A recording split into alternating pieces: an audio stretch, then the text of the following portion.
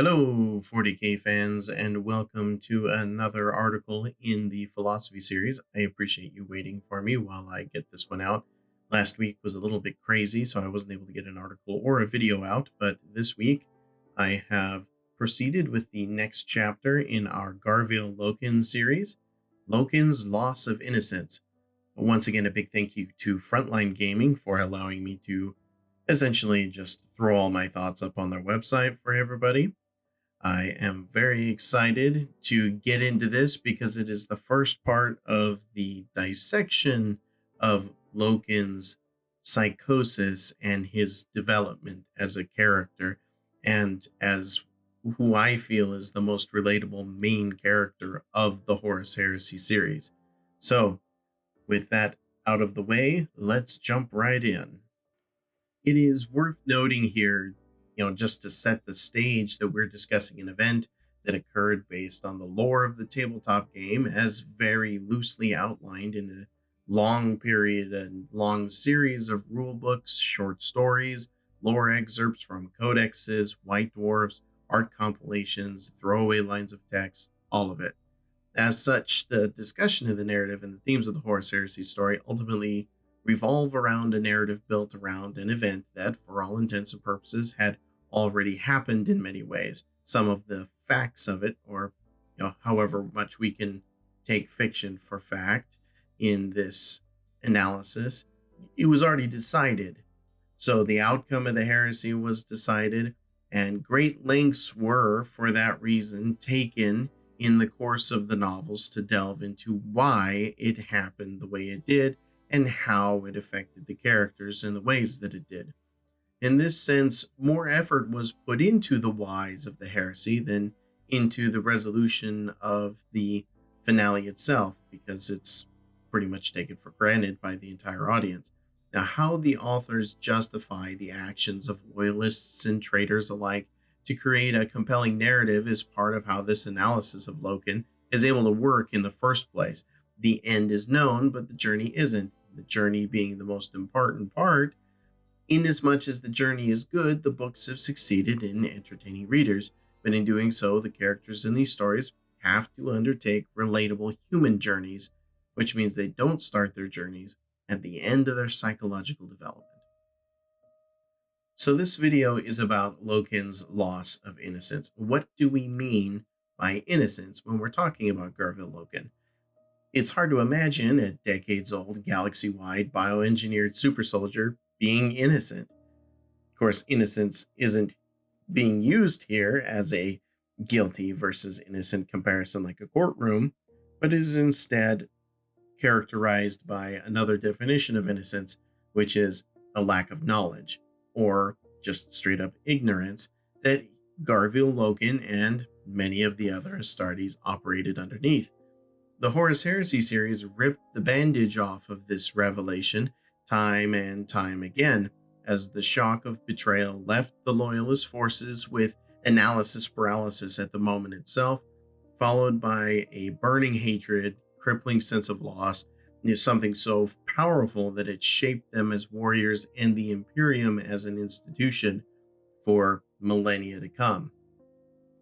If we are to analyze Garville Loken's journey as a human journey, which we must as humans, then we have to relate it to human development in some sense.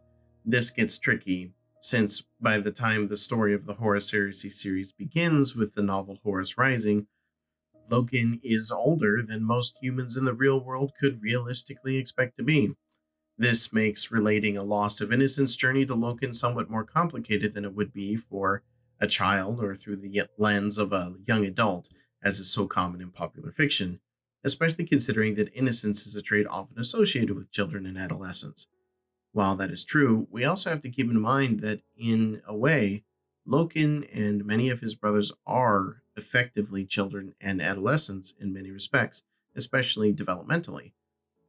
The transformation into Adeptus Astartes takes place in the adolescent stage of regular human development. While we don't have the backstory per se of Loken as an adolescent prior to ascension to the ranks of the Astartes, as we do like with Abaddon, for example, We can extrapolate from the overall themes of candidate selection as established in other places in the lore that it must have been a grueling process that weeded out weak candidates or candidates that didn't have the right genetic signifiers that matched those of the legion they were intended to join, and that likely the Loken that was endured significant hardship and violence as a young man to prepare him for qualification in this process.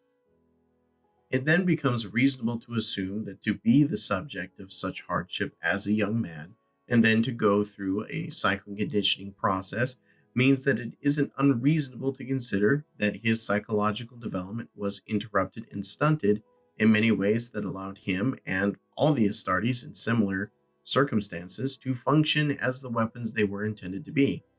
After all, weapons don't ask why. Astartes, during the time of the Horus Heresy, were conditioned to kill and fight wars based on the dogma and the precepts of the imperial truth, and not a little bit of manipulated psycho-conditioning built around the thesis of that ideology. These tools were designed to replace or supplant the normal development of the psyche, but instead of accelerating the development of fully individuated beings who had transcended their mental limitations in the same way they had transcended their physical ones, the imperial truth and the surrounding dogma merely acted as an incomplete placeholder for actual psychological development. Inasmuch as conflict was abundant and the Astartes had very little time to contemplate the philosophy of their crusade or the ramshackle nature of their understanding of proper modes of being, the progression of the Imperium was able to prosper.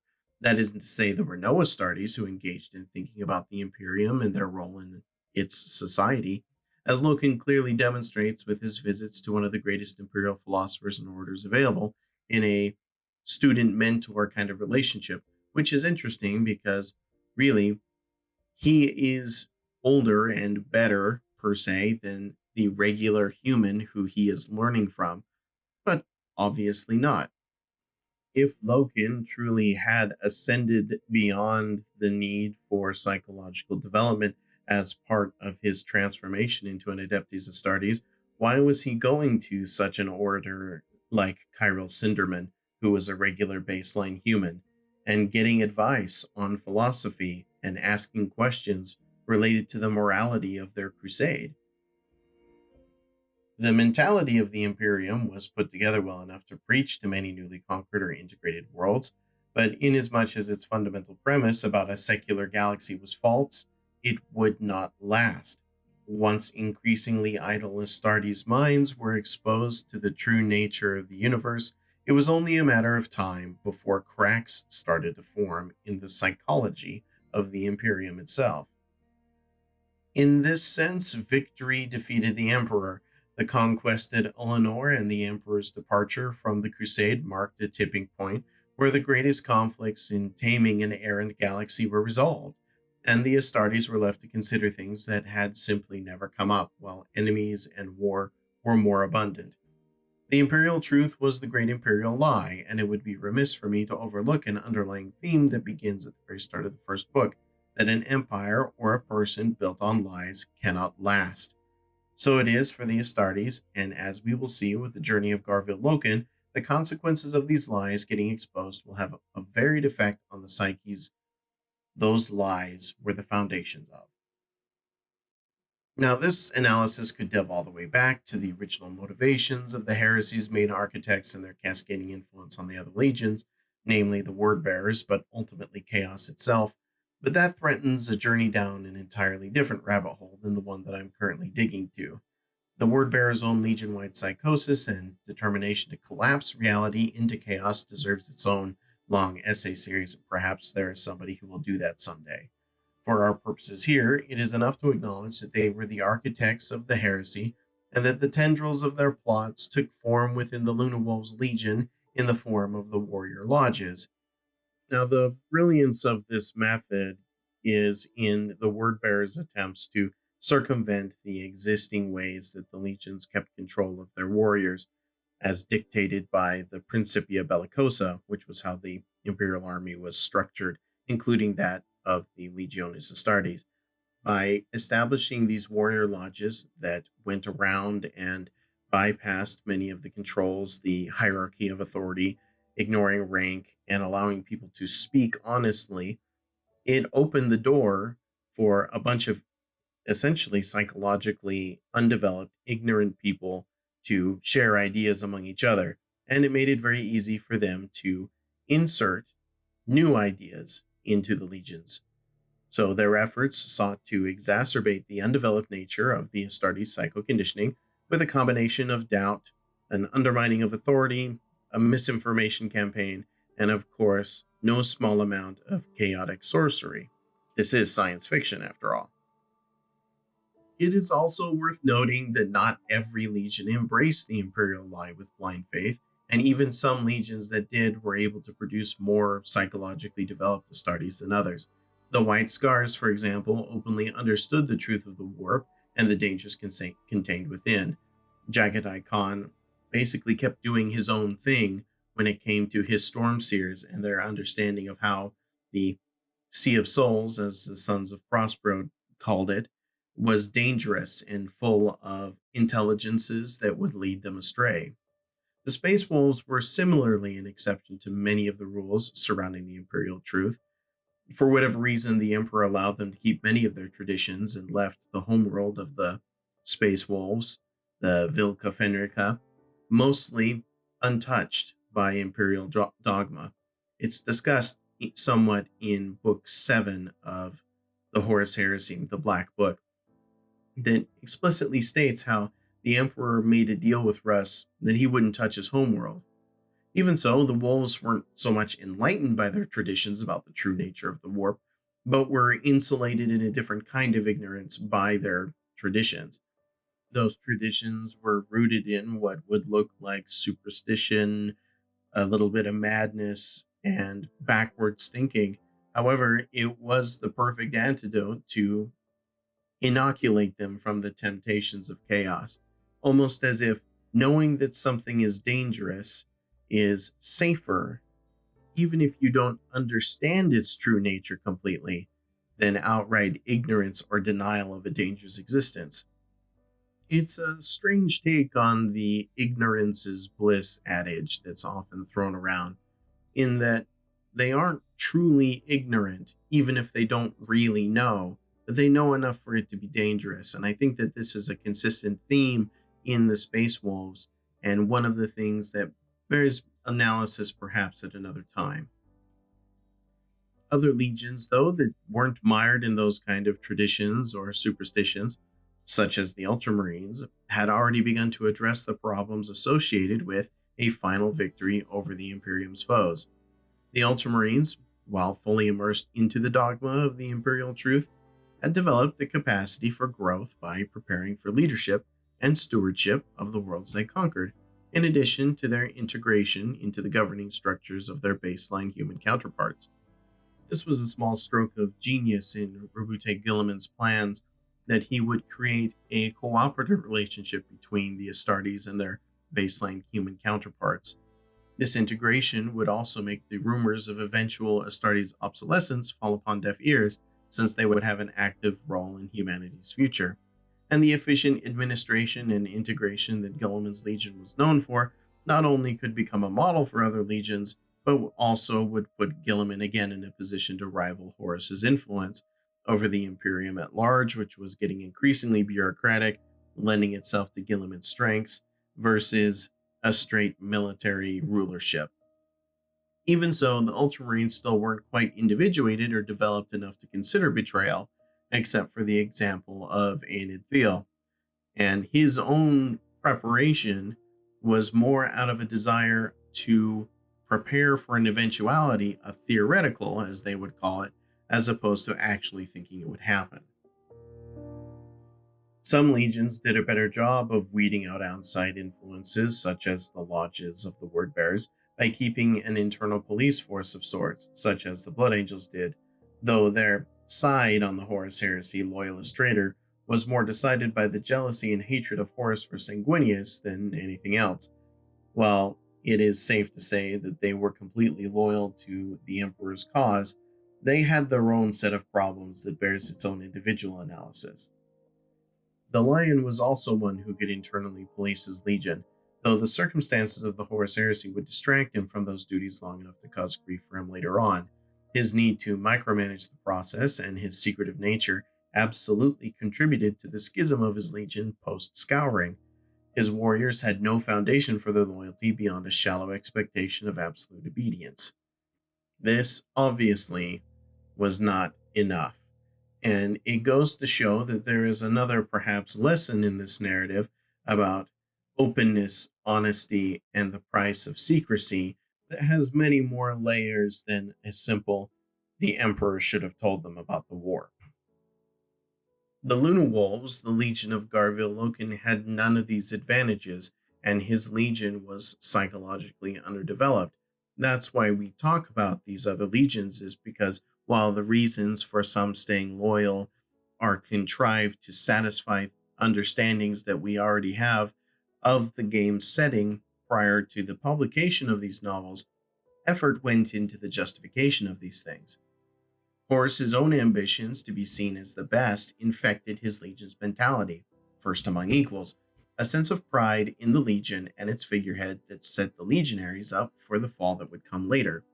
This is a very relatable and a very human flaw that we often all fall into. Humans often look to ideologues or have personal idols, and some would prefer to ignore the flaws in their idols than accept the truth of those flaws or the truth of the nature of the world around them because they prefer the version of the world that their idol represents. Loken fell into this pattern with Horus in the opening trilogy of the Horus Heresy series. Lacking the safeguards present, the other legions, such as the White Scar's open-eyed knowledge of the warp, the Wolves' own enigmatic superstitions, the internal policing of the Blood Angels, or the forward thinking of the Ultramarines, left the Luna Wolves Legion psychologically vulnerable. Think of it this way. After all, if your Primarch sire is so infallible, then it becomes easy to justify his violations of the oaths and the creeds that all of you in the Legion paid lip service to. Horus being so great, it must be the oaths and the creeds themselves that were insufficient and undeserving of his loyalty, and therefore worthy of abandoning. In a way, it is hard not to see that as a somewhat valid perspective, since there were enough lies in the imperial truth to cast the whole mission of the Emperor into doubt. This is the great weakness of closing humanity's eyes to the real dangers of the warp with the lies the Emperor told about a secular universe. That only made it easier for the even more sinister lies of the warp to take advantage of the weak minds of the legions who fell and were unable to distinguish the difference between truth and deception. This is a common theme in literature through the ages. The idea that opening your eyes and facing the danger will better prepare you for it than putting your head in the sand and pretending like it isn't there. So far as Loken is concerned, nowhere is his innocence, or ignorance, more present than in Horus Rising. In Chapter 6, Loken has a conversation with Euphrates Keeler about the first cracks in the loyalty of the legions, and his inability to see the dangers inherent in ignoring the flaws of your idols and peers. Quote, "What has to happen before you forsake your loyalty to the Legion and recognize your loyalty to the rest of us?" "I don't know what you mean," he said. "Yes, you do. If a brother turns on his brothers again, will you cover up that too? How many have to turn before you act? One? A squad? A company? How long will you keep your secrets? What will it take for you to cast aside the fraternal bonds of the Legion and cry out, 'This is wrong'?" "You're suggesting an impossible—" "No, I'm not. If you saw the rot, a hint of corruption, would you step out of your regimented life and stand against it?" "It's not going to happen," Loken said. "That would never happen. You're suggesting civil disunity, civil war. With Horus as War Master as our guiding light, such a possibility is beyond countenance." We see in this passage that Loken is working as hard as possible to avoid considering the betrayal of his idol or even of himself as a betrayer. He isn't even thinking about how it could happen. He is ignoring it because accepting that it could happen shatters his worldview. This naivete sets up the true shattering of his psyche that comes with the final ultimate betrayal of Horus, and it is hammered home by all of the opportunities he had to consider it, but looked the other way instead. And this is where we start relating to Loken through the lens of someone who's experiencing something like, say, post traumatic stress disorder. The first shattering of his world happened with the wounding of Horus at Davin and Horus's near death at that time. Loken, in his grief, participated in clearing out the human remembrancers and ship population on the vengeful spirit, who barred the way to the medical bay. This resulted in the deaths of many of the people he had sworn to protect. At that moment, he betrays his values and ideals and struggles to reconcile the person he thought he was versus the person he really was, as manifested through his actions. This is one critical part of post traumatic stress disorder. It isn't just the things that you experience that give you the trauma, it is also, in some cases, perhaps more so, the things that you do that you never imagined yourself capable of doing. And not to say that that isn't something that you experience, but something that you do has a more lasting and more powerful impact on your psyche than something you witness, though not exclusively. While Loken makes the honorable attempt to atone for his actions by extending his protection to naysayers and those who would speak to power, he is ultimately unprepared to meet the dishonorable means that his rivals and his enemies use to circumvent his protections. His uneducated naivete fails to protect him from the truth of the maliciousness of those around him and what they are capable of. He walks around as if wearing horse blinders, repeating, "It could never happen," like a mantra, until the hammer falls at Istvan 3. This is a completely relatable personal journey. How many of our own problems and pitfalls come from ignoring the signs in front of us that something is wrong? How many times do we have to see it? How many times do we have to willfully ignore it before we accept the reality of the dangers in front of us? That is something that this novel and this series of novels and Garville Loken as a character can experience on our behalf to teach us how to do the same thing ourselves. The consequences for doing this are obviously, if I am ignoring that I'm having too much fried food, it doesn't mean that chaos is going to be unleashed upon the galaxy. I mean, probably. However, we can still scale it down and accurately relate it to ourselves. It's an interesting opportunity to gut check and to think, who am I looking up to? What are their faults? What am I looking past? Instead of considering honestly about who they are, what they stand for, and what they are saying. To bring it back to Loken, and to make things worse for him, he ends up surviving the final confrontation that left him for dead, while all his other loyal brothers perished on Istvan 3. This creates a sense of survivor's guilt that compounds his trauma, breaking down his psyche and leaving something broken in his place. This is where Loken's low point is, trapped and abandoned on Istvan 3, with only the dusty corpses of his friends and their betrayers to comfort him. Imprisoned as much in mind as in body, and constantly reliving the horrors of the betrayal, Loken surrenders to madness. How can he recover? Well, we will be exploring that a bit in the next installment in this series. Thank you so much for being here and for listening to / watching this video. If you found this interesting, please like the video and subscribe to the channel. And let me know in the comments what you thought about it. This helps the algorithm decide to share this video with more people, and I really appreciate it personally. You could also check out my page, Captain Morgan's Librarius, on Facebook, which is at www.facebook.com/BrotherCaptainMorgan. I test some of these ideas out on that page, and I also do a lot of hobby projects and things. I'll have some more photos of my latest, probably too ambitious conversion that I don't think will end up as good as I want it to look. That's not a relatable story, is it?